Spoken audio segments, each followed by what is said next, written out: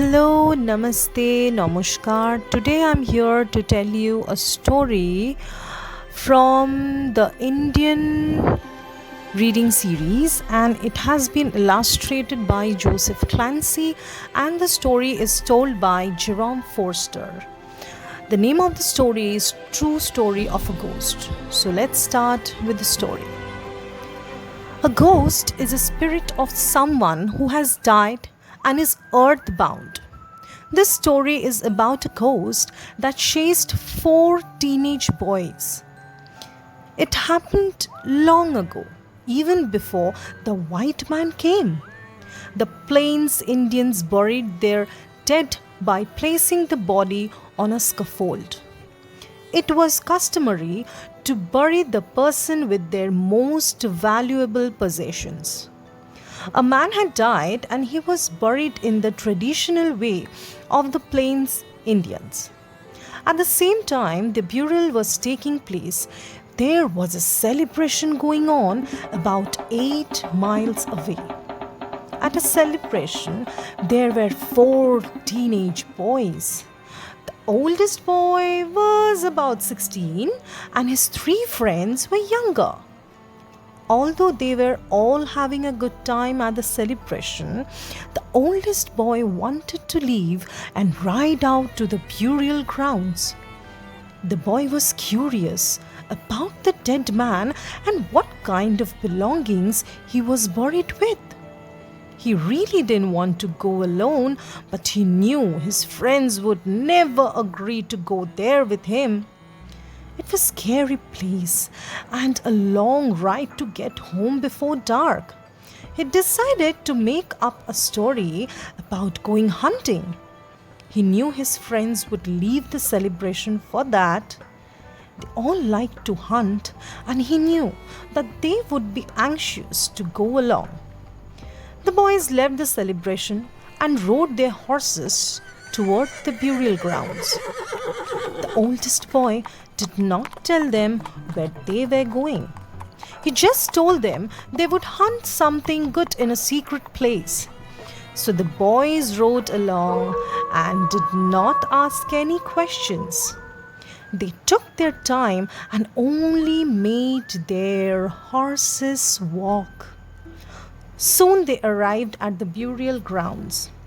The boys were surprised. Their friend had tricked them into going there. The younger boys didn't like being there. They became scared and wanted to leave. The oldest boy said, "We have come this far. Let's look at the dead man and see what kind of valuables he has." The younger boys protested, "We better leave now or it will be dark before we get home and we will all be in trouble." The oldest boy paid no attention and began to climb up on the scaffold where the dead man was lying. He was surprised to see all the valuable belongings the dead man had. He decided to take them for himself and his friends. He then gave each of his friends some of the dead man's things. The boys were scared and didn't want to keep them.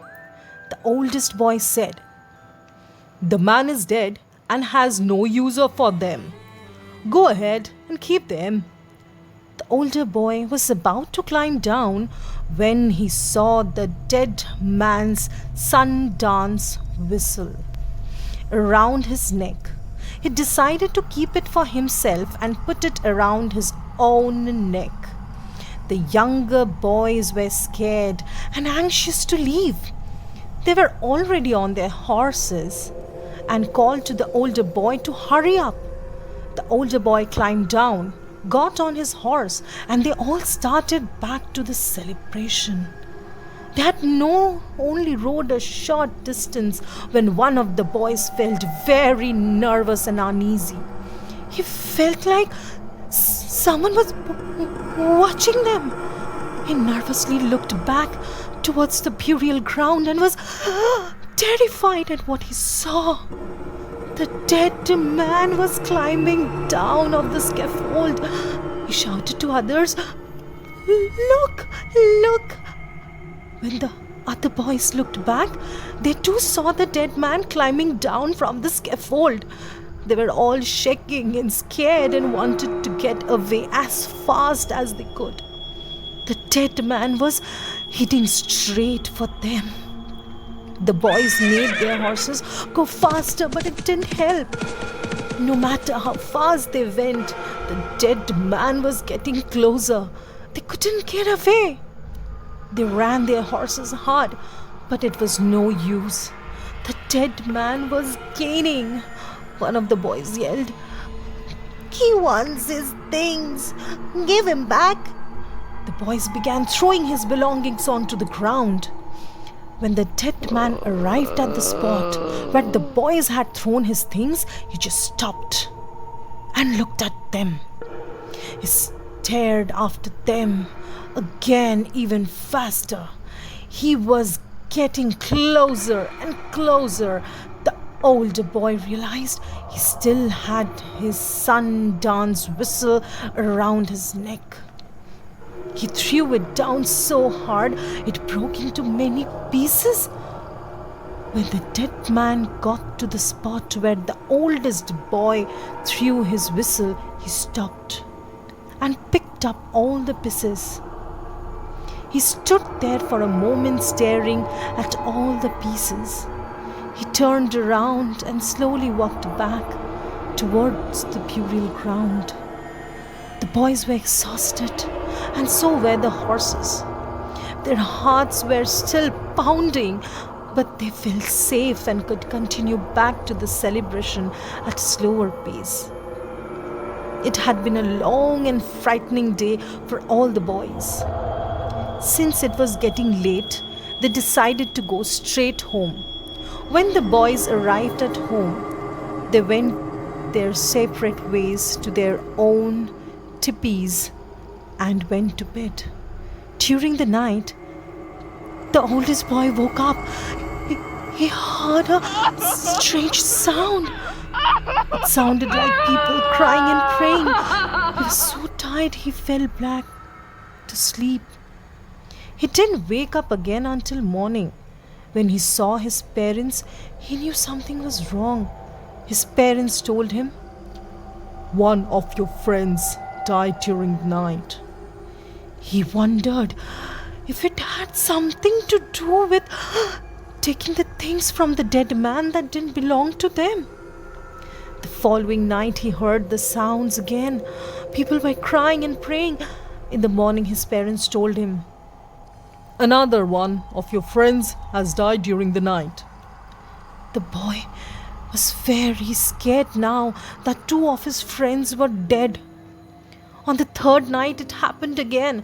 Sounds of people crying and praying in the night, and the news in the morning that another friend had died. The boy was scared because he knew he would be next. He knew the dead man's spirit was getting even with them for taking his things. Tonight would be his night to die. As the boy got ready for bed, he prepared himself for his own death. He put on his good buckskin clothes and his best moccasins. He didn't think anything or anyone could help him now. He thought of painting his face red to keep away the bad spirits, but it seemed too late for even that. He didn't want to die and decided to use the red paint anyway. It was worth a try. As he was putting the paint on, he had many thoughts. He felt he was to blame for his friends' deaths. How wrong he had been to take things that didn't belong to him. He was sad and sorry for what he had done. When the sun rose next morning, the boy's father shook him and woke him up. When the boy woke up, his father said, "Why are you wearing your good buckskin clothes and your best moccasins?" The boy was surprised to be alive. but he was very glad. He told his father about the day he and his three friends left the celebration to visit the burial ground. I tricked my friends into going with me. When we got there, we took many of the dead man's belongings, he said. He told his father how the dead man had chased them. It didn't matter how fast the boys made their horses run, the dead man continued to follow them. The boy described how his friends had thrown the dead man's belonging onto the ground, but he still followed them. The boy said, I finally realized the sundown whistle I had taken from him was still around my neck. I threw it to the ground, and then the dead man finally stopped chasing us. The boy's father told him the reason he didn't die was because he painted his face red. The dead man's spirit had come for you, but when he saw the red paint, he knew you were sorry and had learnt about feelings and respect for others. The dead man let you live so you could tell the stories to others, said the boy's father.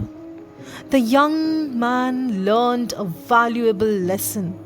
The story has been told many times to remind everyone that they must always respect the people who have died as well as to respect their possessions. It was all about today's story. If you really like the story, please do like, share and subscribe. Till then, be safe, be happy, and it's a bye-bye from Ishika. Ta-ta!